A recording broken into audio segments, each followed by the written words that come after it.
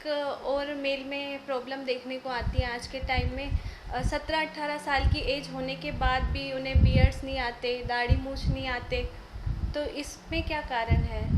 देखिए, मेल्स के अंदर जो बियर्ड होती है वो सेकेंडरी सेक्स करेक्टर्स होते हैं। जैसे ही बच्चा बड़ा होता है, मेल या फीमेल, उनके अंदर अलग अलग करेक्टर्स आने शुरू होते हैं।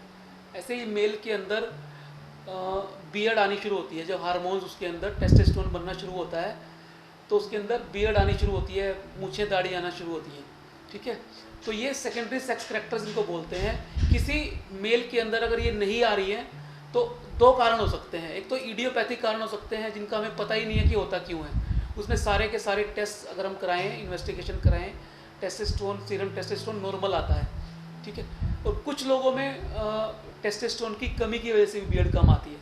कुछ में जेनेटिकली जीन्स ऐसे मिले हैं कि फैमिली में फादर को या घर में किसी और को बाल नहीं है, तो बच्चों में भी ऐसा हो जाता है। तो ये जेनेटिकली प्रीडिस्पोज भी हो सकता है, हार्मोनल भी हो सकता है और इडियोपैथिक भी हो सकता है। तो यदि ये किसी हार्मोनल डिस्टर्बेंस की वजह से है तो उसका ट्रीटमेंट करने के दौरान बाल आना शुरू हो सकते हैं। मान लो टेस्टोस्टेरोन कम है तो टेस्टोस्टेरोन आपने बाहर से सप्लीमेंट दे दिया, थेरेपी दे दी उसकी, तो बाल आ सकते हैं। अगर ये इडियोपैथिक है, जेनेटिक है, तो फिर हमें ट्रांसप्लांट करना पड़ता है। बियर का भी ट्रांसप्लांट हो जाता है।